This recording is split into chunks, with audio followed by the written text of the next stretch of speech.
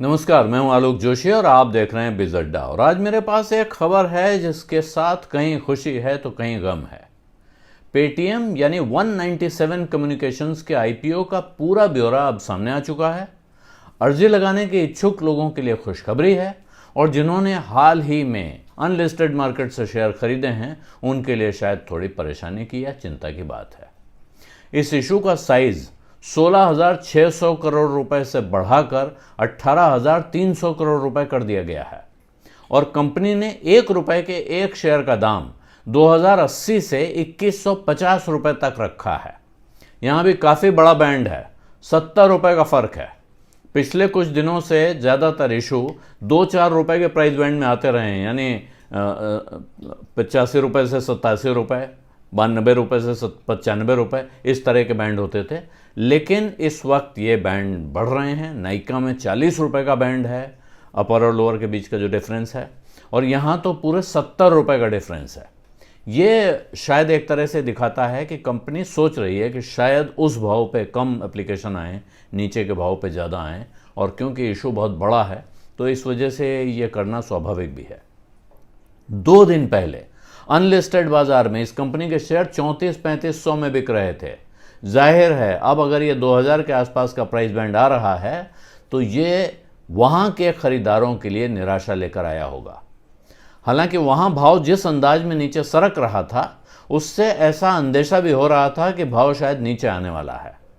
अभी तक grey market में हलचल शुरू नहीं हुई है, इसलिए ये अंदाज़ा लगाना अभी मुश्किल है कि ग्रे मार्केट इस इशू को क्या भाव दे रहा है, कुछ दे भी रहा है या नहीं दे रहा है। लेकिन जिन लोगों को नई अर्जी लगानी है उनके लिए ये कुछ अच्छी खबर है। हालांकि बड़ा इशू है, भारत में अब तक का सबसे बड़ा इशू है और अब तो इसका आकार और बड़ा हो गया है, इसलिए अलॉटमेंट की उम्मीद बढ़ जाती है। लेकिन अगर ओवर सब्सक्राइब हो गया और कहीं वैसा हो गया जैसा जोमेटो का हुआ था तो फिर जो मिलेगा वो कितना होगा ये सोचना पड़ेगा। 6 शेयर की एक लॉट है, एक लॉट मिला भी तो ऊंट के मुंह में जीरे जैसा ही होगा। मगर इससे बड़ा सवाल यही है कि 16,600 करोड़ रुपए का ये इशू होना था, ऐसी चर्चा थी। इसमें से 8,300 करोड़ रुपए के नए शेयर कंपनी को जारी करने थे और 8,300 करोड़ रुपए के ही शेयर प्रोमोटर्स और दूसरे इन्वेस्टर्स की तरफ से आने थे। तो जो 8,300 करोड़ रुपए के नए शेयर कंपनी जारी करती, या जो अब वो कर रही है, अब भी वो 8,300 करोड़ रुपए के ही नए शेयर जारी कर रही है, तो ये पूरी रकम तो कंपनी के काम में आएगी, कारोबार बढ़ाने में इस्तेमाल होगी, कर्ज उतारने में इस्तेमाल होगी, वगैरह वगैरह। लेकिन प्रोमोटर और दूसरे इन्वेस्टर भी जो पहले 8,300 करोड़ रुपए के ही शेयर बेचने वाले थे, वो अब इन्होंने उस रकम को बढ़ाकर 10,000 करोड़ रुपए कर दिया है और ये रकम पूरी तरह उनकी जेब में जानी है। यानी अगर आप ये वाले शेयर खरीदते हैं, ये शेयर आपके हिस्से आ जाते हैं, तो इससे कंपनी को, कंपनी के कारोबार को कोई फायदा नहीं होने वाला है। उसके कारोबार बढ़ाने में इस पैसे का कोई योगदान नहीं होगा। और ये रकम बढ़ी है 1700 करोड़ रुपए, यानी 1700 करोड़ रुपए के शेयर कोई और बेच रहा है। सवाल यह है कि इतनी अच्छी कंपनी है, इतना अच्छा भविष्य है, तो इसके मौजूदा निवेशक इतने सारे शेयर क्यों बेच रहे हैं? तो आइए देख लेते हैं कौन कौन क्या क्या बेच रहा है। सबसे पहला नाम है विजय शेखर शर्मा का, जो इस कंपनी के संस्थापक हैं, प्रोमोटर थे। अब उन्हें टेक्निकली प्रोमोटर नहीं कहा जाता है, अब वो इस कंपनी के चेयरमैन, मैनेजिंग डायरेक्टर और सीईओ हैं। लेकिन अब वो प्रोमोटर नहीं हैं क्योंकि उन्होंने अपनी बड़ी हिस्सेदारी पहले ही दूसरे निवेशकों को बेच दी है। फिर भी मान सकते हैं कि वो इसमें से 402 करोड़ रुपए के शेयर बेचने जा रहे हैं, तो 402 करोड़ रुपए वो निकालना चाहते हैं। उनको कोई ज़रूरत होगी, खर्चे बढ़ गए हैं अब तो इस हिसाब से, तो ये कोई ऐतराज़ की बात नहीं है, या वो पैसा निकाल के कहीं और लगाना चाहते हैं। लेकिन जो लोग ज़्यादा बड़ा हिस्सा बेच रहे हैं वो है एंटफिन, जो 4,700 करोड़ रुपए के शेयर बेचेगी, और अलीबाबा ग्रुप जो 784 करोड़ रुपए के शेयर बेच रहा है। ये दोनों एक ही हैं, एंटफिन ही अलीबाबा ग्रुप की कंपनी है, और तो इन दोनों का मिला के ये करीब 54-5500 रुपए का, 5,500 करोड़ रुपए का हिस्सा इनका जा रहा है। इसके बाद एलिवेशन कैपिटल 139 करोड़ रुपए के शेयर बेचेगी, सॉफ्ट बैंक 1689 करोड़ रुपए का शेयर बेचेगा। सॉफ्ट बैंक टेक्नोलॉजी शेयरों में पैसा लगाने वाली दुनिया की बड़ी कंपनी है, जापानीज इन्वेस्टमेंट कंपनी है। और अभी तक जो पहले इससे सूचनाएं आ रही थी उसमें सॉफ्ट बैंक का कहीं नाम नहीं था कि वो भी अपना हिस्सा बेचने जा रहा है, लेकिन अब वो 1689 करोड़ रुपए बेच रहा है। तो यहीं से वो आपको उस सवाल का जवाब मिलता है कि इस इशू का, ऑफर फॉर सेल का आकार जो है वो बढ़कर 10,000 करोड़ कैसे हो गया 8,300 करोड़ से।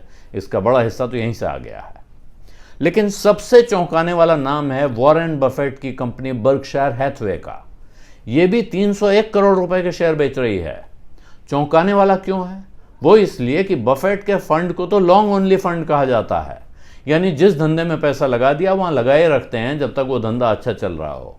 और इसी से सवाल उठ रहा है कि जो निवेशक लंबे समय के लिए पैसा लगाते हैं, अगर वो अपना पैसा इस भाव पर इस कंपनी से निकालना ठीक समझ रहे हैं, तो फिर आपके लिए या किसी दूसरे के लिए इस भाव पर इस कंपनी में पैसा लगाना कैसे ठीक होगा?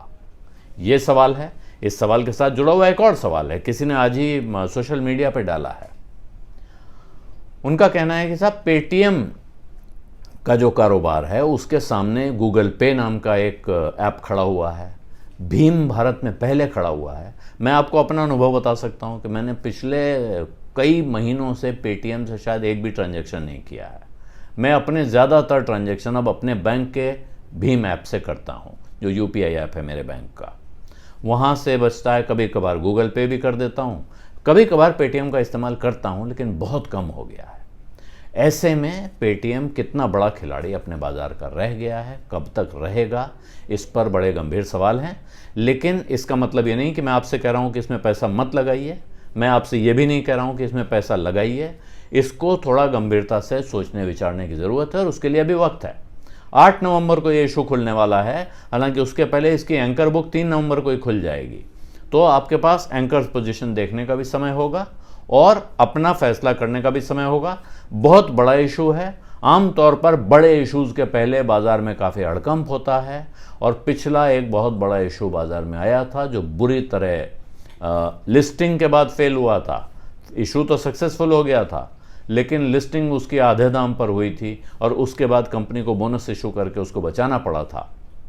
अगर उसका नाम आपको याद नहीं आ रहा है तो मुझे बताना पड़ेगा। उसका नाम था आर पावर। आर पावर की कहानी एक बार पढ़ लीजिए। और इस वक्त इस बाज़ार में इतना बड़ा जो इशू आ रहा है उसके लिए कितना पैसा उठेगा, कितना नहीं उठेगा, आप एप्लीकेशन लगाएंगे तो आपको मिलने की कितनी संभावना है, ये सब आपको थोड़ा गहराई से सोचना पड़ेगा अगर आप गंभीरता से इस पर विचार करते हैं। हो सकता है लोग कहें लिस्टिंग गेन के लिए लगा दो, लेकिन अगर पूरा देश लिस्टिंग गेन के लिए पैसा लगा रहा होगा तो फिर लिस्टिंग के दिन खरीदने कौन आएगा, ये सवाल अपनी जगह है, उस पर ज़रूर विचार कर लीजिएगा। बीज अड्डा में आज इतना ही। अब इजाज़त दीजिए। धन्यवाद, नमस्कार।